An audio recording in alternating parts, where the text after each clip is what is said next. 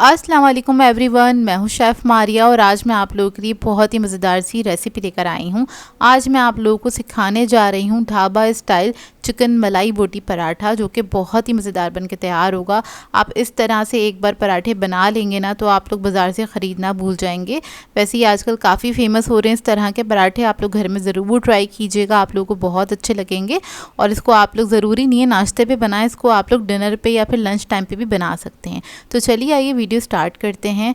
अच्छा, इसके लिए मैंने लिया है 4 कप आटा। ये फ़ाइन आटा है, इजीली मार्केट से मिल जाता है। आप लोग चाहें तो मैदा भी ले सकते हैं, लेकिन जो बाज़ार में पराठे मिलते हैं वो फ़ाइन आटे के मिलते हैं, तभी बहुत देर तक वो क्रिस्पी भी रहते हैं और उसका टेस्ट थोड़ा सा अलग होता है। इसके अंदर ऐड कर दिया है हमने नमक 1 टीस्पून के बराबर, पाउडर मिल्क ऐड करेंगे 2 टेबल स्पून,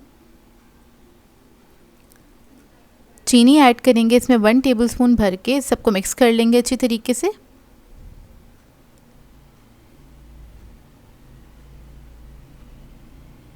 अच्छे से मिक्स करने के बाद और इसके अंदर बस हम पानी ऐड करेंगे और इसको गूंदना स्टार्ट करेंगे। तो थोड़ा थोड़ा सा पानी ऐड करना है, जिस तरह से हम नॉर्मल आटा गूंदते हैं उसी तरीके से आपने गूंदना है। पानी के अंदर मैंने थोड़ा सा दही ऐड किया है 2 टेबलस्पून के बराबर।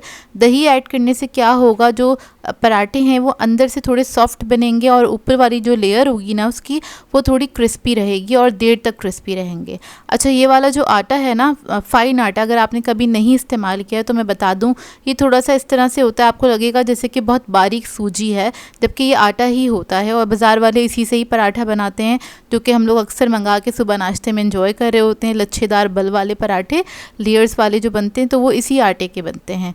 तो देखिए बस मैंने क्या किया, थोड़ा थोड़ा पानी ऐड करके सारे आटे को समेट लिया है अच्छी तरीके से।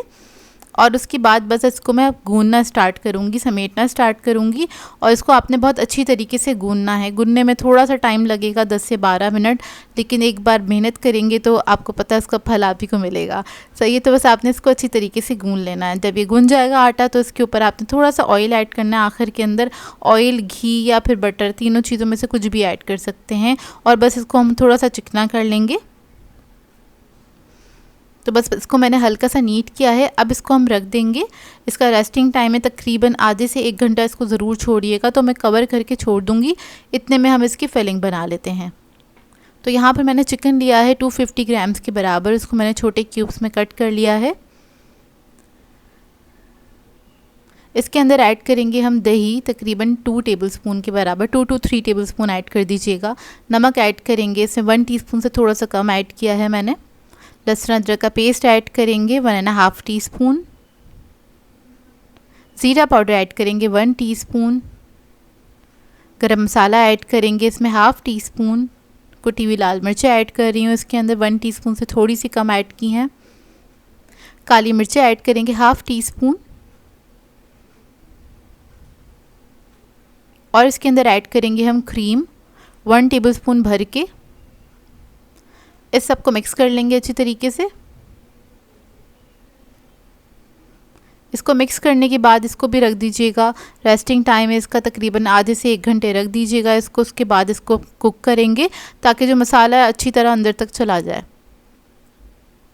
तो इसको मैंने रखा था 1 घंटे के लिए। और इसके बाद पैन ले लिया है, इसमें थोड़ा सा ऑयल ऐड करा है। चिकन की जो मैरिनेशन है वो ऐड कर देंगे और इसके अंदर हम ऐड करेंगे थोड़ा सा पानी। और पानी ऐड करने के बाद इसको हम कवर करके पकने के लिए छोड़ देंगे तकरीबन 10 से 12 मिनट तक। तो 10 से 12 मिनट लगेंगे इसको पकने में।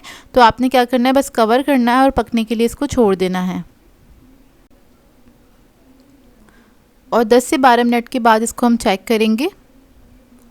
तो देखिए जो हमने पानी ऐड करा था ना वो सारा ड्राई हो चुका है, चिकन भी बहुत अच्छे से गल गया है। अब क्या करेंगे, इसको हम थोड़े छोटे छोटे पीसेस में कट कर लेंगे इस तरह से। तो स्पून की मदद से इसको मैं थोड़ा थोड़ा छोटा छोटा सा कर लूँगी। तो देखिए अब क्या करेंगे, इसको हमने स्मोक देना है। तो फॉइल पेपर रख देंगे, इसके ऊपर रखेंगे कोयला और उसके ऊपर ऑयल ऐड करके इसको कवर करके छोड़ देंगे 10 मिनट के लिए, ताकि इसके ऊपर एक अच्छा सा स्मोकी सा फ्लेवर आ जाए। अब इतने में हम अपना डो देख लेते हैं। तो देखिए इसको तकरीबन 1 से 1.5 घंटे के लिए मैंने छोड़ दिया था। इसको ज़रूर छोड़िएगा, उसी से पराठे आपके बहुत अच्छे बनेंगे। अब इसके हम पेड़े निकाल लेते हैं इस तरह से। तो ये देखिए बस मीडियम साइज़ की पेड़े निकाल लेंगे और इन सबको मैं बना के साइड पे रख लूँगी। अब एक पेड़ा ले लेंगे और उसको आपने थोड़ा सा खुश्क आटा लगाना है, इसको फैला लेंगे और इसको बेलना स्टार्ट करेंगे। तो मीडियम साइज़ का मैं बेलूँगी क्योंकि इसको हमने बल देने हैं इस वजह से। अब इसके ऊपर हम लगाएंगे घी। यहाँ पर मैं घी का इस्तेमाल कर रही हूँ क्योंकि घी के साथ ही पराठे अच्छे बनते हैं और क्रिस्पी बन के तैयार होते हैं। थोड़ा सा खुश्क आटा ऐड कर दिया है मैंने, इसको साइड से कट करेंगे। ये बहुत ही सिंपल पराठे होते हैं लेकिन बहुत अच्छे बनते हैं। तो इस तरह से हम इसको बल दे लेंगे। तो साइड से आपने फ़ोल्ड करना स्टार्ट करना है, तो ये कोन सी बन जाएगी। ये देखिए इस तरह से। फिर इसको हाथ में उठाएंगे, उसके बाद दोबारा से आपने इस तरह से बल देके इसको पेड़ा सा बना देना है। तो इस तरह से मैं सारे पेड़े बना के रेडी कर लूँगी और इनको आपने कवर करके रखना है। तकरीबन 15 मिनट तक आपने इनको रेस्ट ज़रूर देना है। तो जब इसके ऊपर रेस्ट आ जाएगा फिर हम इसका पराठा बनाना स्टार्ट करेंगे। तो 15 मिनट हो गए हैं। अब क्या करेंगे, एक पेड़ा ले लेंगे और उसके ऊपर हमने लगाना है थोड़ा सा खुश्क आटा, इसको फैला लेंगे। अब इसको बेलना स्टार्ट करेंगे और इसको हम बना रहे हैं डी शेप में, क्योंकि जो पराठे हैं थोड़े से डी शेप में ही बनते हैं। राउंड भी आप बना सकते हैं लेकिन डी शेप में ज़्यादा अच्छे रहते हैं और इजीली बन जाते हैं। तो इसको मैंने फैला लिया है। अब इसके ऊपर हम लगाएंगे क्रीम। तो ये टेट्रा पैक की क्रीम है, थिक क्रीम ले लीजिएगा, वो इसके ऊपर हम फैला देंगे तकरीबन 1 टेबलस्पून के बराबर। अब जो चिकन की फिलिंग हमने बनाई थी मज़ेदार सी, वो हम इसके ऊपर रख देंगे इस तरह से। बहुत ज़्यादा ओवरलोड नहीं कीजिएगा।